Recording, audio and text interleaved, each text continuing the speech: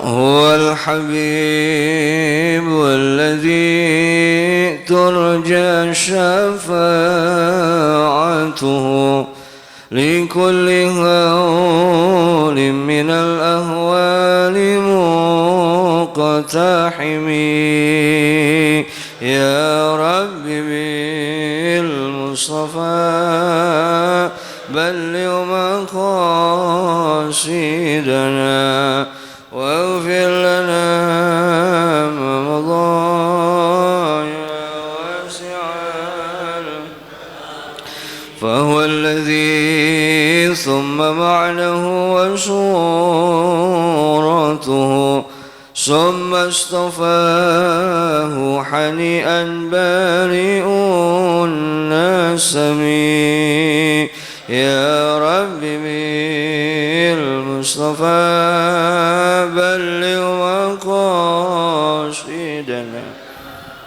Assalamualaikum warahmatullahi wabarakatuh.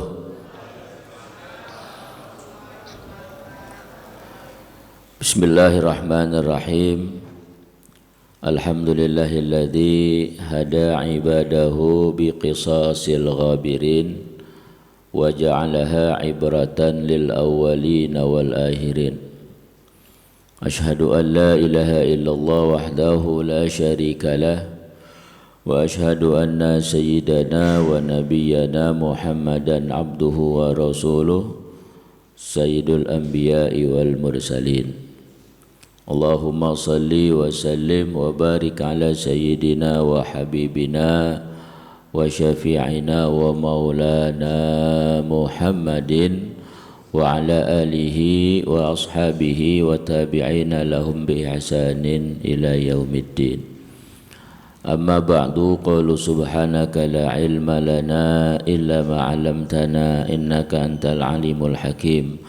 Rabbi shrah li sadri wa yassir li amri wahlul 'uqdatam min lisani yafqahu qawli wahdi qalbi wa saddiq lisani bihaqqi sayyidina Muhammadin sallallahu alaihi wasallam. Yang sama-sama kita hormati segenap para orang-orang tua, para sesepuh, para hujjaj, wabil khusus segenap pengurus dan DKM Masjid Jami Nurul Iman, wabil khusus akhina al-mukarram Ustaz Ade Noval, bapak-bapak, ibu-ibu, jamaah taklim minggu subuh yang mudah-mudahan pada kesempatan pagi hari yang cerah ini kita semua yang hadir khususnya senantiasa diberikan sehat walafiat dan selalu istiqamah dalam melaksanakan ibadah kepada Allah Subhanahu wa taala. Amin ya rabbal alamin. Alhamdulillah, pada hari ini tidak ada ucapan yang paling sempurna yang kita ucapkan kecuali kalimat alhamdulillah wa syukru ala ni'amillah.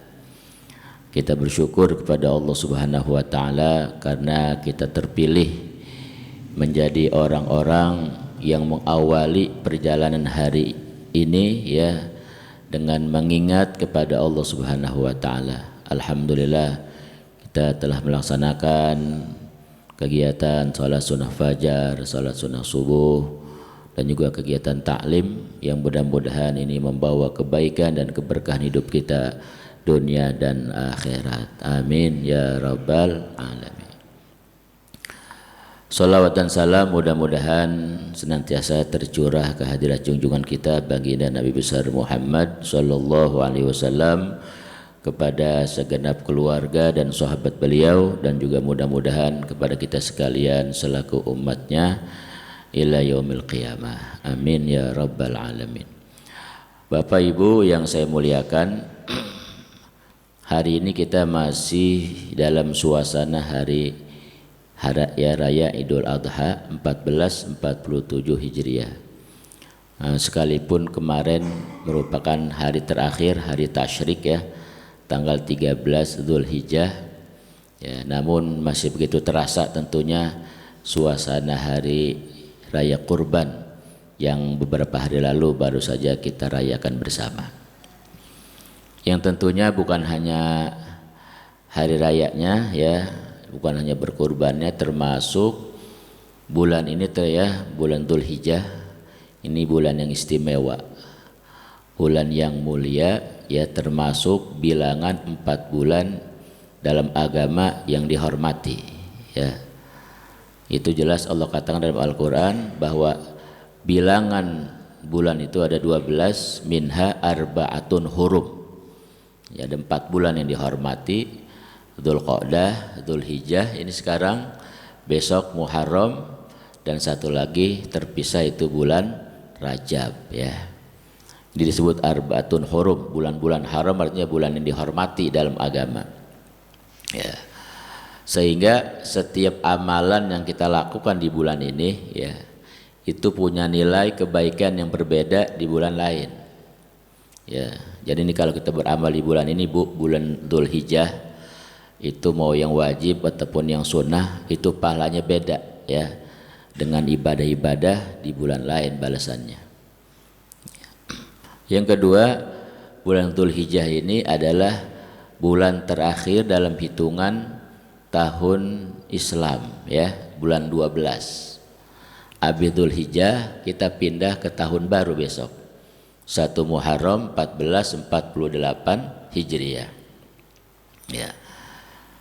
Tapi sekalipun ini Dzulhijjah bulan terakhir, diselipkan sama Allah di dalamnya ada hari kegembiraan. Apa itu? Hari Raya Idul Adha.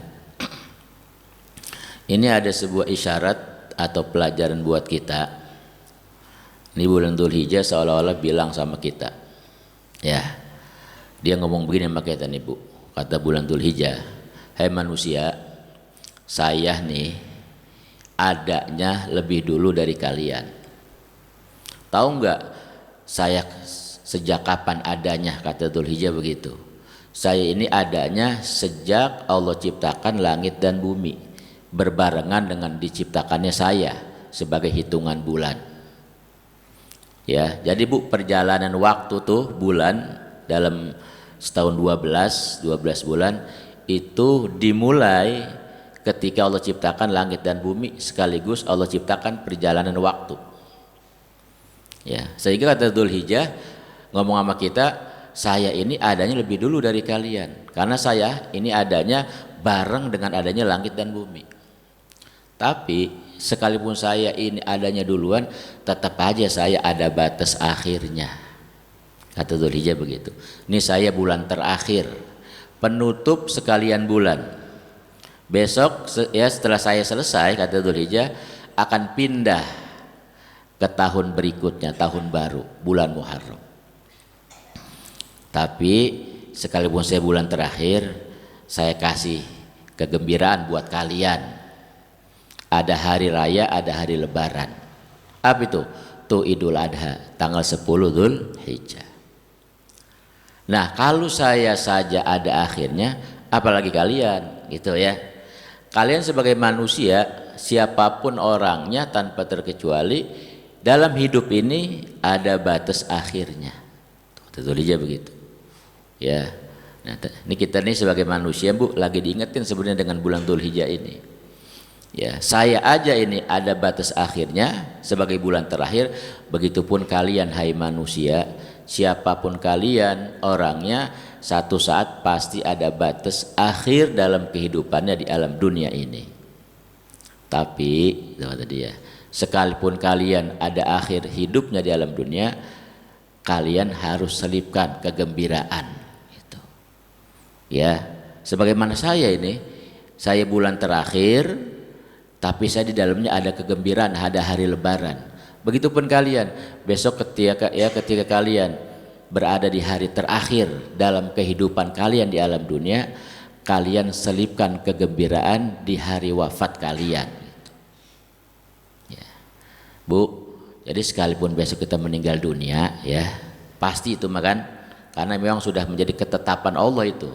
Kullu nafsin dha'iqatul maut, setiap jiwa yang hidup pasti bakal merasakan kematian, siapapun tanpa terkecuali. Bukan cuma kita, agama lain juga meyakini itu ya. Tapi dalam Islam nih, ketika kita besok datang hari akhir buat kehidupan kita di alam dunia, kita harus bergembira, selipkan hari kegembiraan buat kita ketika wafat. Nah itu yang Nabi isyaratkan dalam hadisnya, ya, al maut rohatul mukmin, kata Nabi. Kematian itu roha. Roha apa sih? Roha itu kesenangan, ya, kegembiraan, sukacita. Itu dalam bahasanya lebaran gitu. Jadi mati itu lebaran buat orang beriman. Itu Nabi yang bilang. Ya, jadi kalau kita ngaku beriman, buat apa takut mati? Ya, orang kata Nabi mati itu lebaran kok. Rohatul mukmin, hari kegembiraan, hari kebahagiaan. Makanya ketika kita meninggal dunia, ya, ada orang nih, ya, meninggal dunia misalnya di kampung kita, tetangga misalnya meninggal, ya, kita datang takziah, ya kan, nyelawat kata orang kampung. Itu kita lihat semuanya pada bersedih kan, iya, keluarganya bukan cuma sedih, ada yang nangis gitu kan, anaknya atau istrinya, ya, saudaranya semua, termasuk kita yang datang ikut berduka, bersedih, wafat, ya kan. Kata ulama nggak apa-apa, yang hidup mah pada nangis, emang begitu, ya kan. Ketika ada orang meninggal dunia, yang hidup pada nangis, pada bersedih. Tapi yang meninggal nggak boleh nangis gitu.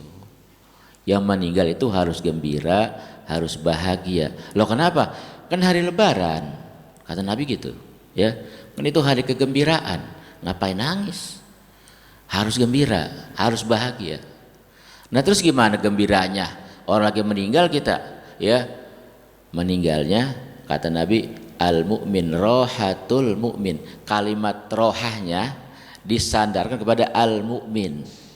Jadi syarat mati mau senang, mau gembira, mau lebaran, meninggalnya harus bawa iman kepada Allah Subhanahu wa taala.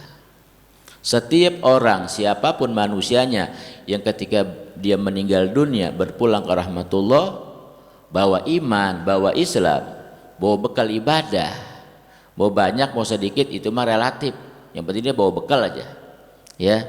Maka hakikatnya dia enggak lagi bersedih, dia lagi senang, dia lagi lebaran. Dan besok pindah kan, Dzulhijjah habis pindah kemana? Ya pindah ke tahun baru Muharram. Ini besok. Ketika orang meninggal dunia pindah kemana? Pindah tempat, pindah alam, dari alam dunia ke alam barzah. Ya, itu alam barzah atau alam kubur, tempat kita pindah atau singgah di tempat selanjutnya. Ada Bu, Pak, orang begitu masuk alam barzah, malaikat iseng-iseng nih nawarin dia. Kata malaikat begini, fulan, kamu mau enggak balik lagi ke alam dunia? No, lihat no, rumahmu bagus, ya, engkau punya anak, engkau punya istri atau punya suami, ya, yang punya jabatan, engkau punya jabatan, mau ditinggal. Kira-kira engkau mau enggak kalau dikasih kesempatan balik lagi ke sono, ke alam dunia? Nih orang ditawarin, dia nengok Bu ke atas, oh iya, ngelihat tuh kehidupannya, rumahnya, anaknya, kan dari kuburan kelihatan. Ini kita semua nih yang hidup Pak, itu kelihatan sama orang tua kita di kuburan, kita lagi ngapain, ya, terpantau. Tuh ahlul barzah begitu, ya. Begitu dia habis ngeliat ke sono, dia ngomong begini malaikat, malaikat saya ogah ke sono lagi. Loh kenapa ogah? Ternyata itu tempat serem gitu. Lah kok tempat serem?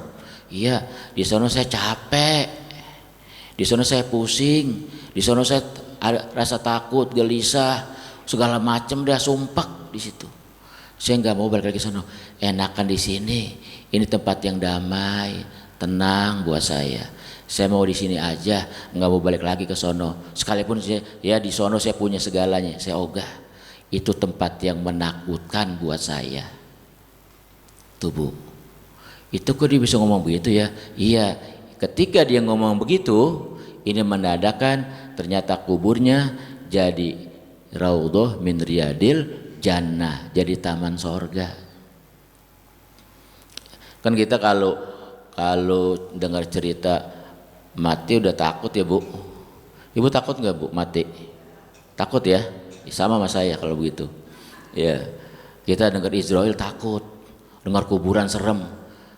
Itu mah masalah ketemu Israel, Munkar Nakir di dalam kubur, ingat sangat ditentukan oleh kehidupan sekarang. Tuh. Jadi besok orang ketemu Israel, tampangnya Israel tuh, lah bagaimana amal kita? Ya, bisa Israel tuh tampangnya dia cerah, berseri-seri wajahnya ya Bu, penuh senyuman, ketemu kita, ngucapin assalamualaikum. Kamu siapa? Saya Israel. Saya kira kali serem tampangnya. Lah kapan cakep amat ini mah? Gitu, Ibu. Kita dihibur sama dia tuh. Ya, termasuk ketemu Munkar Nakir pun begitu. Termasuk alam kubur kita. Kan ada dua kemungkinan kubur itu. Ada namanya raudhah min riyadil jannah, ada hufrah min hufarin niron. Bisa jadi taman sorga, tempat yang damai buat kita. Bisa jadi sebaliknya, tempat yang menyeramkan dan menakutkan. Ingat, itu semua ditentukan oleh amal kita saat ini di alam dunia. Makanya kalau kita mau sadari, kita mau tahu, ibadah itu bukan kewajiban sebenarnya Pak, Bu. Ingat, kita yang biasa ngaji nih Ibu, yang biasa ibadah, sekarang ubah pola pandang dan pikir kita terhadap ibadah. Ibadah itu bukan kewajiban. Apa dong? Ibadah itu kebutuhan buat kita. Saya butuh sama ibadah. Saya butuh sama taat, saya butuh sama kebaikan. Kenapa? Sebab kebaikan, ketaatan, ibadah yang saya lakukan itu bisa merubah besok tampangnya Israel, tampangnya Munkar Nakir, termasuk merubah tempat saya yang namanya alam kubur saya jadi taman sorga ataukah sebaliknya. Ditentukan sekarang. Ya mutul mar'u ala ma'asya alaih, kata Nabi. Matinya seseorang tergantung bagaimana hidupnya. Tuh makanya Nabi ngasih semangatnya sama kita tentang bicara mati tuh enak. Al mautu rohatul mukmin ya. Umatku, mati itu lebaran buat orang beriman. Nggak usah takut. Tapi dengan catatan selama hidup di alam dunia, ayo berjuang dan berkorban seperti dicontohkan oleh kehidupan Nabi Ibrahim alaihissalam. Ya Bu ya. Tuh Nabi Ibrahim tuh kehidupannya tuh menandakan apa?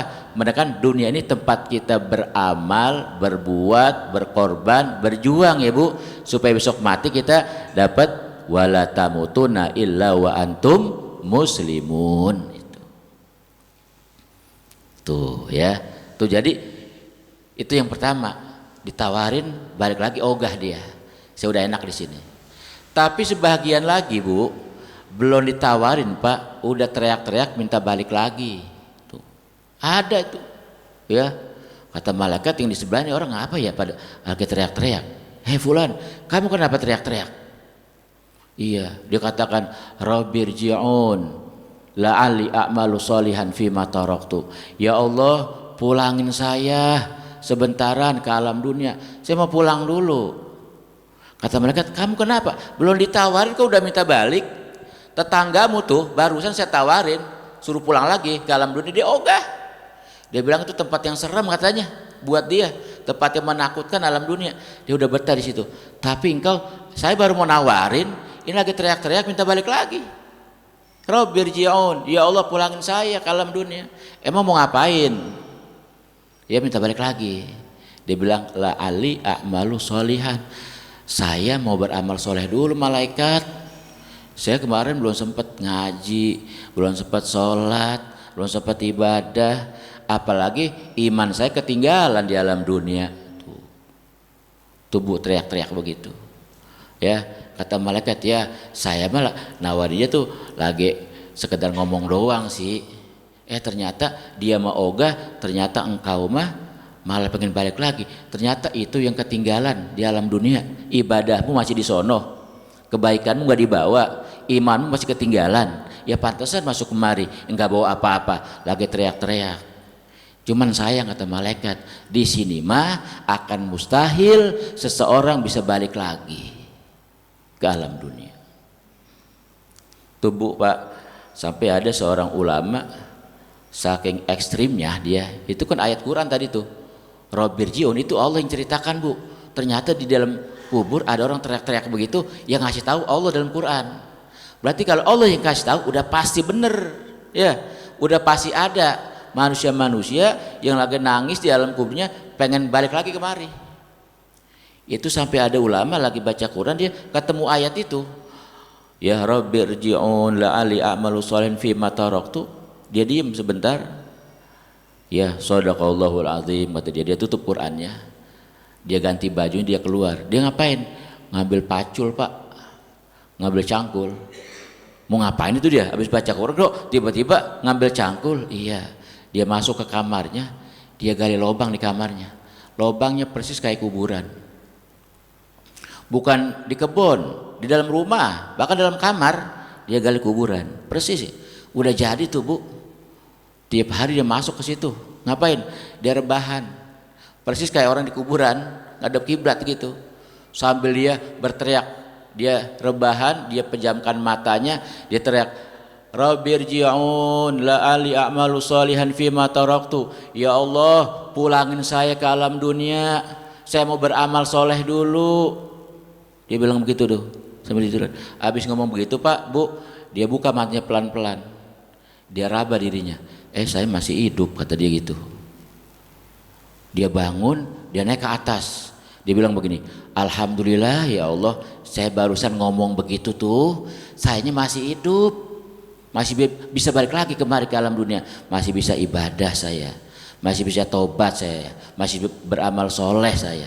Coba kalau ngomong begitu, kuburan saya udah ditutup sama papan, udah ditimbun sama tanah, mau kemana saya? Baliknya udah nggak bisa lagi.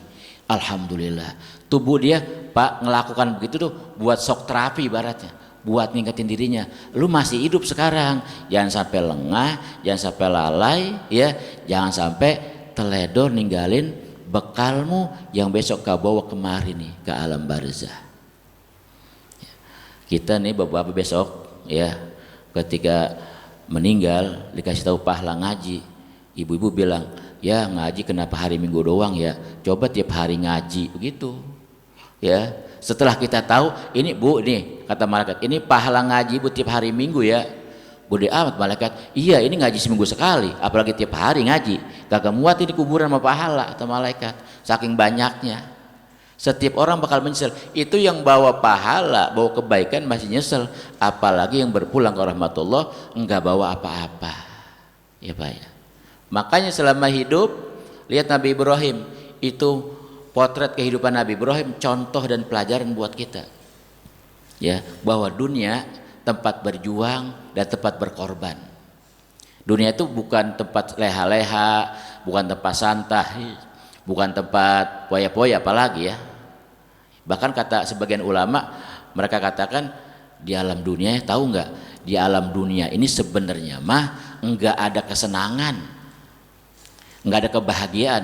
Itu kesenangan sama kebahagiaan itu barang akhirat, yang di sini sebenarnya mah kagak ada gitu. Di sini mah tempat capek ya. Kita ibadah capek nggak Bu? Capek ya. Ibadah bukan cuma capek, banyak gangguan gitu kan, tapi terus kita jalanin. Ini di alam dunia nih, ujian, cobaan segala macam.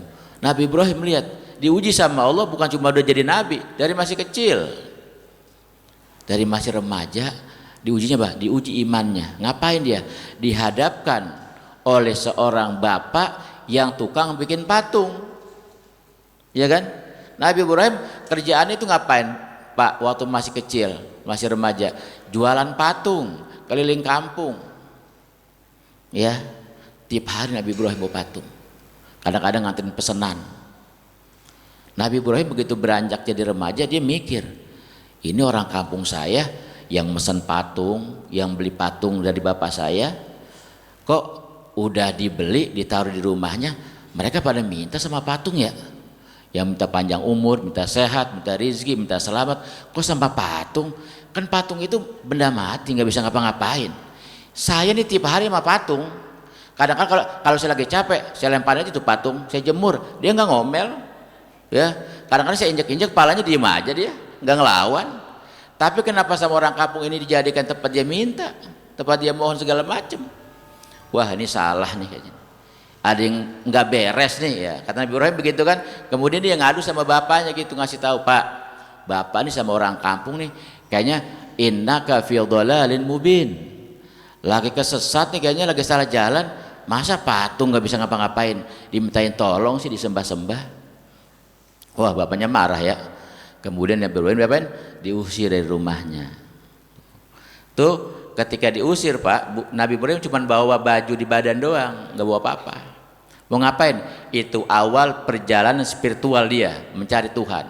Kata Ibrahim, sebenarnya siapa sih ya yang menciptakan ini langit, ini bumi, yang ciptain saya sebagai manusia? Masa patung sih? Masa berhala sih? Saya mau cari Tuhan. Kalau begitu keluar dia dari rumahnya. Itu kan diceritakan dalam Al-Quran begitu ya. Ketika datang waktu malam, Nabi Ibrahim senderan di pohon korma. Padang pasir emang ada pohon korma doang ya, nggak ada pohon lain. Senderan. Dia ngeliat bintang tuh malam-malam ya. Dia bilang, ini nih kali ini Tuhan. Kata Nabi Ibrahim tuh. Dia tunjuk itu bintang. Ya kata dia, ini kali Tuhan nih. Indah amat ini ya. Tengah malam Bu, ya di tengah padang pasir nggak ada apa-apa. Itu bintang bertebaran. Wah, indahnya luar biasa. Sampai kan Nabi Ibrahim, ini kali Tuhan nih gitu. Dia perhatiin itu. Pas nggak lama muncul bulan yang lebih terang lagi. Tadi mah bukan Tuhan, ini Tuhan mah kali ini lebih terang lagi gitu. Kan begitu di Quran ya, diceritakan. Sepanjang malam itu dia perhatikan tuh bulan, begitu indah terang benderang, sejuk dipandang mata. Begitu datang waktu pagi, bintang hilang, bulan juga hilang. Muncul apa? Matahari. Kata Ibrahim, semalam mah bukan Tuhan itu, Tuhan mah ini kali ini gedean lagi gitu. Tentunya perjalanan spiritualnya begitu tuh.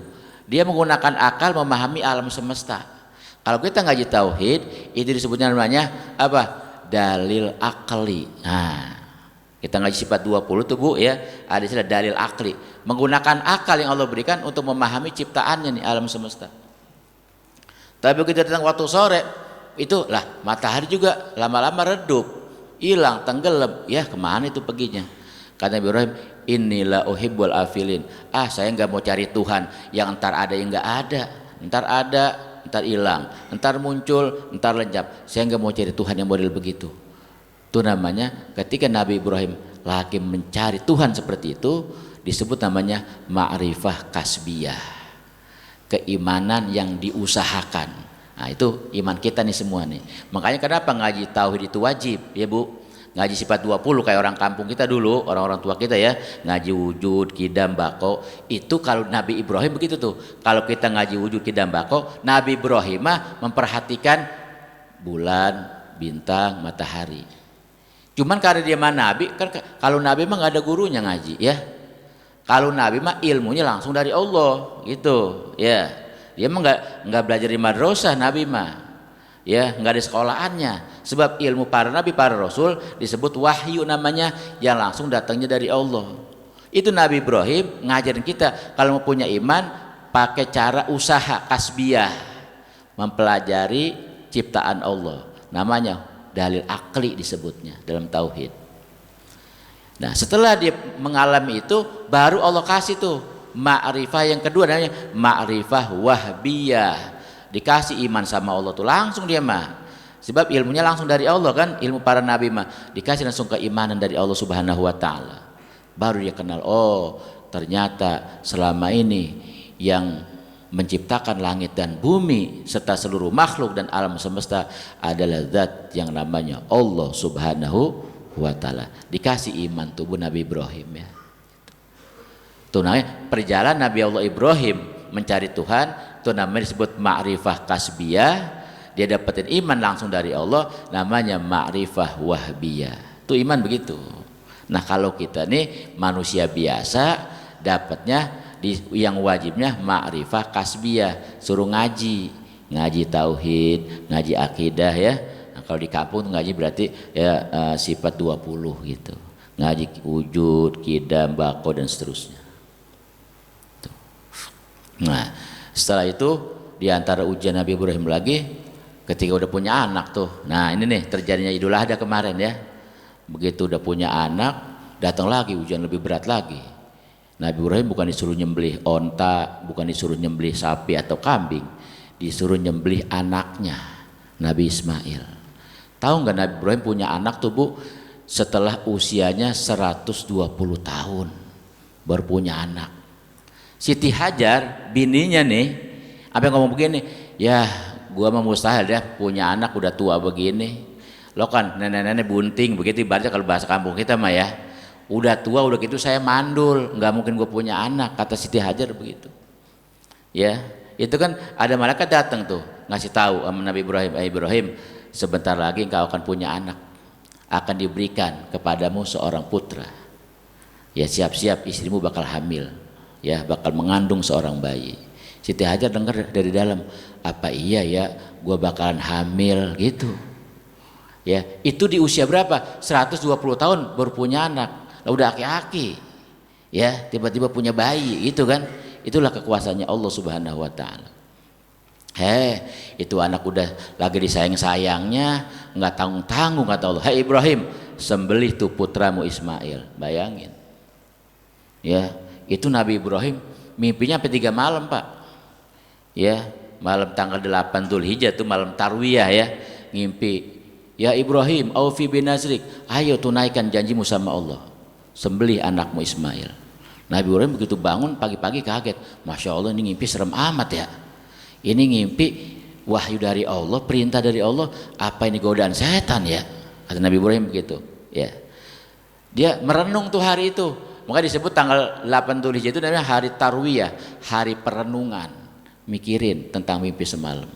Malam tanggal 9 ngimpi lagi. Ya Ibrahim, aufi binazrik, ayo segera sembelih itu putramu Ismail. Baru, benar ini mah perintah Allah kalau begini mah. Karena saya seorang nabi, itu ngimpi saya wahyu dari Allah Ta'ala. Ya benar ini mah perintah berat amat ini ya tuh. Malam terakhir, malam tanggal 10 ngimpi lagi. Besok laksanakan ya penyembelihan putramu Ismail. Itu makanya begitu datang tanggal 10 ya, Nabi Ismail pagi-pagi dipanggil sama bapaknya.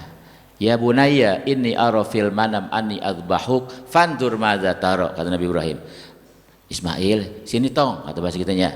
Sini tong, Bapak mau ngomong nih. Ada apa Pak? Bapak udah 3 malam ngimpi, dapat perintah dari Allah buat nyembelihmu. Fandur madza tara, kira-kira bagaimana ya nak menurut pendapatmu? Bu, Pak, Nabi Ibrahim lagi ngajarin nih, kalau di rumah tangga ada masalah, ada problem, kita disuruh musyawarah, membangun komunikasi yang baik. Nabi Ibrahim, dia seorang rasul, dia nabi, ini tahu ini perintah datangnya dari Allah. Ya, enggak sekonyong-konyong langsung pergi ke dapur ngambil golok, langsung dipenggal leher anaknya, enggak. Ya, diajak ngomong dulu, fansur mazataro. Nah, kira-kira bagaimana ya terhadap mimpi Bapak nih? Kamu siap apa enggak ya dikorbanin? Diajak musyawarah anaknya. Itu namanya kita membangun ajas musyawarah dalam hal apapun, apalagi bermasyarakat, bersosial. Perlu adanya komunikasi yang baik. Ya. Jawabannya apa? Ya abatif al matu'mar satajiduni insyaallah minas sabirin. Ayah, kalau emang ini perintah datangnya dari Allah, jalanin. Laksanakan. Saya siap dikorbankan. Mudah-mudahan saya termasuk orang yang sabar, kata Nabi Ismail. Masya Allah, bapaknya kaget dengar jawaban begitu Bu. Ya Allah, alhamdulillah ternyata anak saya nerima. Dia kagak kabur, dia nggak minggat. Ya, menyejukkan hati sang ayah jawaban itu Nabi Ismail. Pertanyaannya, nih yang penting nih, kok Nabi Ismail bisa jawab begitu ya? Padahal dia mau disembelih, mau dipotong sama bapaknya, kok mau? If al matu'mar, laksanakan ya ayah, saya siap dikorbanin. Kok bisa jawab kayak begitu ya? Apakah dia anak seorang nabi? Bukan. Itu bukan jawabannya. Apakah dia putra seorang rasul? Bukan. Sebab dulu Nabi Nuh juga punya anak laki-laki, diajak beriman gak mau. Ya, malah dia lari ke gunung. Akhirnya tuh anak Nabi Nuh mati dalam keadaan tidak beriman. Nabi Nuh doa, ya Allah tolongin anak saya ngapa? Itu anak saya, itu darah daging saya, itu keluarga saya ya Allah. Selamatin dia. Nabi Nuh doa begitu, ditolak doanya sama Allah Pak. Bahkan kata Allah, ya Nuh innahu amalun ghairu sholih. Itu bukan anakmu lagi, itu bukan keluargamu lagi, karena perbuatannya sudah keluar daripada orang-orang soleh. Kenapa itu? Karena anak sama orang tua beda keyakinan. Nih yang bahaya. Anak sama orang tua beda iman, beda keyakinan, beda agama, putus dunia akhirat. Itu Nabi Nuh, seorang rasul Pak, dia ulul azmi, ketika doa buat anaknya ditolak doanya, bahkan ditegur sama Allah dia. Ya, kenapa? Sebab sudah beda keyakinan. Ini makanya kita sebagai orang tua bertugas menjaga keimanan, keislaman anak-anak kita selama mereka hidup, agar kita kumpul di alam dunia bersama mereka, juga kumpul lagi besok bareng-bareng di akhirat, karena seagama dan seiman. Itu yang penting. Ya, ini Nabi Ismail kenapa bisa ngejawab begitu? Dia siap dikorbanin. Pertama jawabannya nih Pak, yang penting nih, itu Nabi Ismail terlahir dari hasil doa orang tuanya. Itu Nabi Ibrahim bertahun-tahun doa, sampai diabadikan doa dalam Al-Quran kan. Allah tulis doanya dalam Al-Quran tuh, doa Nabi Ibrahim, Rabbi habli minas solihin. Itu doanya siapa memang? Doa Nabi Ibrahim. Rabbi, wahai Tuhanku, artinya habli, anugerahkan kepada saya, karuniakan kepada saya minas solihin, ya, keturunan dari orang-orang soleh, anak yang soleh dan soleh. Tolong ya Allah, berikan saya keturunan, berikan saya anak dari anak-anak yang soleh dan solehah. Itu doanya Nabi Ibrahim. Ini Nabi Ismail terlahir dari hasil doa orang tuanya. Pelajarannya buat kita orang tua, jangan pernah merasa letih dan capek buat doain anak-anak kita. Tuh. Pengen punya anak soleh? Pengen punya anak yang solehah? Pengen. Pertama dari orang tua, jangan pernah berhenti untuk doa kepada Allah, minta, ya Allah tolong jaga iman anak-anak saya, tolong bimbing mereka, tuntun mereka, arahkan mereka ke jalan yang engkau ridhoi dunia akhirat. Tuh, jangan pernah capek ya Bu, Pak, doain anak. Itu anak kita membutuhkan doa kita sebagai orang tua. Bahkan kata Nabi dalam hadis, doaul walid li waladi ka duain nabi li ummati. Doa orang tua buat anaknya itu sama kayak doanya Nabi terhadap umatnya. Tuh Nabi tiap malam tahu nggak? Kata Siti Aisyah, saya kalau habis subuh meres sejadah Nabi, saya jemur tiap hari kalau pagi meres. Itu kenapa? Ketumpahan air sampai basah begitu? Bukan, tumpah dari air mata. Nabi kalau udah sujud nangis sama Allah lama. Doain siapa? Bukan doain dirinya, doain anaknya, keluarganya, bukan. Doain kita nih umatnya. Sampai nangis Nabi kalau sujud, ya Allah tolong selamatin umat saya besok di akhirat, tolong masukkan ke dalam surga semuanya ya Allah, jangan sampai ada yang kejeblos ke neraka ya Allah. Tuh Nabi doanya Bu, tiap malam doain kita sampai sejadahnya basah dengan air matanya, mohon sama Allah. Itu kata Nabi, doa kita buat anak sama tajamnya begitu. Pernah nggak kita dalam sujud sampai nangis doain anak? Pernah nggak kita waktu doa sampai berinang air mata doain, ya Allah tolongin anak saya? Kalau belum pernah, mulai besok lakukan itu.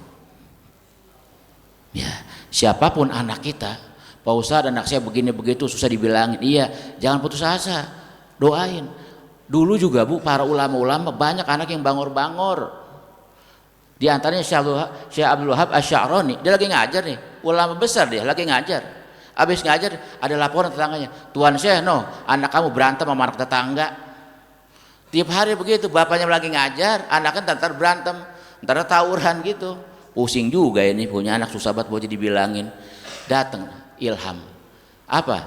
Dalam mimpinya dikatakan, hai Abdul Wahab, kalau engkau tak mampu mengawasi anakmu, maka serahkan anakmu kepada zat yang maha mengawasi. Apa? Minta sama Allah. Ya Allah, saya punya keterbatasan, nggak bisa ngawasin anak saya 24 jam. Tapi engkau zat yang maha mengawasi, maha melindungi. Tolong ya Allah lindungi anak saya, awasi anak saya, jaga anak saya. Gitu. Bu, satu saat siapapun anak kita, pasti hasil doa kita tuh, mujahadah kita, berjuang dalam doa untuk anak-anak kita, pasti saat ada doa kita yang mereka rasakan manfaatnya di alam dunia. Itu Nabi Ibrahim bertahun-tahun dia Nabi padahal mah, Tiap hari minta, Robbi habli minas solihin. Ya Allah kasih saya anak keturunan yang soleh dan soleha. Dikasih tuh Nabi Ismail, padahal usianya udah lanjut, udah 120 tahun. Enggak ada yang mustahil buat Allah Ta'ala. Ya. Itu diantara pelajaran Idul Adha sebagai orang tua, jangan pernah tinggalin doa buat anak. Sebab nanti dampaknya kalau kita sering doain anak, Allah nanti yang akan balas. Ketika kita sudah berpulang ke rahmatullah, kita sudah meninggal dunia, Allah kasih ingat anak kita, enggak lupa sama kita. Dia akan angkat tangan baca Robbighfirli wali walidayya warhamhuma kama rabbayani shaghira. Kenapa tuh anak bisa doain begitu? Sebab nih anak diingetin sama Allah, engkau terlahir dari hasil doa orang-orang tuamu. Doain sekarang mereka gitu. Ya. Kita kadang-kadang ada orang cuman kepengen doang sih punya anak soleh ya. Ya maaf nih, pengen punya anak soleh, pengen punya anak soleh, pengen. Tapi maaf, orang tuanya nggak ibadah. Lah kapan mau doain anak kalau begitu? Ya Bu ya, kapan mau doain anak kalau nggak sembahyang bapak ibunya? Ya, lo kan orang sembahyang kagak, apa kagak atau doa doang? Yang enggak ya kan? Ya pasti habis sholat minimal kita doanya kan begitu. Nah, itu Nabi Ibrahim. Pertama doa, yang kedua, ingat jangan pernah jauhkan anak-anak kita dari agamanya. Bimbing mereka, didik mereka dalam agama ya. Ini kita tahu nggak bisa ngaji ibu-ibu begini. Ini hasil doa orang tua kita. Kita nggak tahu waktu kita masih kecil, kita lagi pulas tidur, emak kita bangun tengah malam sambil nangis, ya Allah tolong anak saya, bimbing ya Allah, jadi anak yang soleh ya. Kita nggak tahu, kita lagi pulas tidur. Kita diajarin waktu kecil ya, disuruh ngaji, suruh sholat. Alhamdulillah saat ini kita kenal agama, bisa ibadah, bisa ngaji. Ini perjuangan orang tua kita. Maka kata ulama, orang tuamu sudah menanam engkau, sekarang dia tinggal memetik hasilnya. Ibarat udah nanam punduren dari masih kecil ya, sekarang dunia udah berbuah, tinggal makan hasilnya. Orang tua kita yang sudah berpulang ke rahmatullah tinggal nerima hasilnya kebaikan dari kita. Kita ibadah ya Bu, itu pahalanya mereka kebagian semuanya. Maka sekarang kata ulama, tugas sekarang nanam supaya besok kau mati engkau juga bisa memetik hasilnya. Apa itu tanaman? Tanaman kita adalah anak-anak kita. Bimbing mereka, didik mereka, ajak mereka untuk ibadah kepada Allah Subhanahu wa taala agar besok di akhirat kita tenang. Setiap hari dapat kiriman, kata malaikat, nih kiriman paket dari anakmu. Ya, yang bacain doa, bacain Fatihah, yang sedekahin buat kita, termasuk yang udah punya duit ngorban buat orang tuanya kemarin. Masya Allah. Tuh ya, jadi banyak pelajaran-pelajaran yang terkait dengan Idul Adha ya. Nah, mudah-mudahan ini momentum Idul Adha yang sudah kita lewati kemarin ya. Ibu-ibu, bapak-bapak yang sudah bisa berkorban alhamdulillah ya. Yang belum sempat korban kemarin ya Bu, Pak, saya pesen usahakan kalau bisa mah seumur hidup pernah sekali menyembelih hewan kurban di tanggal 10 Dzulhijjah. Usahakan kalau bisa mah. Emang kenapa? Sebab itu besok di akhirat jadi tunggangan kita. Itu Nabi yang kasih tahu. Azimu dohayakum fa innaha ala sirati matoyakum. Perbesar hewan kurban kalian karena besok hewan kurban kalian jadi kendaraan tunggangan kalian di atas siratal mustaqim. Kalau sekarang semuanya saya yakin pada punya motor di rumah, bahkan ada yang 2-3 motornya ya Pak ya, bahkan yang punya mobil, itu kendaraan akhirat, itu kendaraan dunia yang sementara. Pikirin besok saya di akhirat nggak mau jalan kaki, apalagi ngesod mah ya, jangan sampai saya besok mau berkendaraan. Gimana caranya? Masuk Dzulhijjah, tanggal 10 Dzulhijjah, hari Idul Adha, usahakan kalau bisa mah nyembelih hewan kurban ya Pak ya, usahain. Kalau tahun ini belum bisa, niatin tahun depan. Jadi nggak apa-apa kalau kemarin misalnya orang pada pergi ke tempat jualan sapi atau kambing ya buat beli hewan kurban, kita belum bisa, kita pergi ke pasar Jombang aja sono. Ngapain Bu? Bukan beli areng, bukan, beli celengan ya. Sampai di rumah tulis celengan akhirat, tiap hari kita nabung. Ya Allah saya niat tahun besok saya mau korban, ini saya nabung tiap hari. Nanti udah dapat setahun, ketemu Idul Adha tahun depan, hitung ya, alhamdulillah cukup nih, dapat 4 juta. Jangan buat beli emas ya Bu ya, kan udah niat mau korban, bawa ke tukang kambing, beli kambing atau ikut patungan sapi Niatin, ya Allah saya titip ya ini korban saya titip sama engkau buat besok tunggangan saya di akhirat gitu. Kalau belum cukup juga ya udah nabung lagi sampai tahun depannya. Ya masa 2 tahun beli kambing satu nggak kebeli ya. Harus diusahakan ya Bu Pak, minimal seumur hidup sekali pernah. Itu Nabi Ibrahim bukan disuruh nyembelih sapi, onta ataupun kambing, nyembelih anak dia jalanin, tapi semua diganti sama Allah. Belum sempat digorok itu Nabi Ismail udah digantikan sama Allah sama domba dari sorga. Emang di sorga ada domba? Ada peternakan di sorga. Itu emang domba siapa itu yang dipakai buat ganti Nabi Ibrahim? Dombanya putra Nabi Allah Adam kan, namanya Habil yang pernah berkorban. Itu Habil manusia pertama yang berkorban di alam dunia dan diterima korbannya, disimpan sama Allah di sorga. Tuh. Artinya setiap orang yang berkorban dia ikhlas, kurbannya diterima sama Allah, hewan kurbannya nggak hilang, disimpan di akhirat besok buat tunggang kita di akhirat ya. Jadi nggak ada yang sia-sia ya, semuanya penuh kebaikan. Yang korban dagingnya jadi sedekah, pahalanya dihitung setiap bulu yang nempel di hewan tersebut, termasuk hewan kurban kita saat ini yang diterima sama Allah ada di peternakan sorga ya. Nah mudah-mudahan apa yang sudah kita jalani kemarin ya, yang sudah berkorban alhamdulillah, yang belum berkorban mudah-mudahan Allah kasih kesempatan di tahun-tahun depan kita bisa berkorban ya, bisa mengikuti ajaran Nabi Allah Ibrahim alaihissalam. Amin ya rabbal alamin. Ya sampai di sini ya pembahasan kita hari ini. Mudah-mudahan yang kita bahas ya ada manfaatnya buat kita semua ya Bu, bisa menambah semangat ya, motivasi semangat ibadah kita kepada Allah Subhanahu wa taala, dan mudah menjadi ilmu yang berguna, bermanfaat, bisa kita amalkan dalam kehidupan kita sehari-hari. Amin ya rabbal alamin. Al-Fatihah.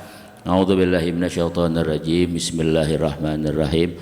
Alhamdulillahi rabbil alamin. Ar-Rahmanir Rahim. Maliki yaumiddin. Iyyaka na'budu wa iyyaka nasta'in. Ihdinas siratal mustaqim. Siratal ladzina an'amta 'alaihim ghairil maghdubi 'alaihim waladdallin.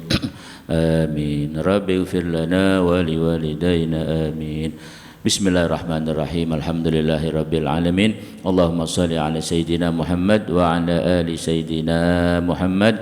Allahumma ja'al jam'an hadza jam'an marhuma wa tafarraqana min ba'dihi tafarruqan ma'suma wa la taj'al fina wa la minna wa la ma'na syaqiyan wa la matrudan wa la mahruma. Allahumma inna nas'aluka ilman nafi'an wa amalan salihan maqbulan wa rizqan halalan tayyiban katsiran mubarakan wasi'an min ghairi ta'abi wa la masyaqqati wa la dhair bi rahmatika ya arhamar rahimin ya arhamar rahimin ya arhamar rahimin. Rabbana atina fid dunya hasanah wa fil akhirati hasanah wa qina adzabannar. Wa sallallahu alaihi wasallam Muhammad wa ala alihi wa sahbihi wasallam. Subhana rabbika rabbil izzati amma yasifun wa salamun alal mursalin walhamdulillahi rabbil alamin. Sekian, assalamualaikum warahmatullahi wabarakatuh.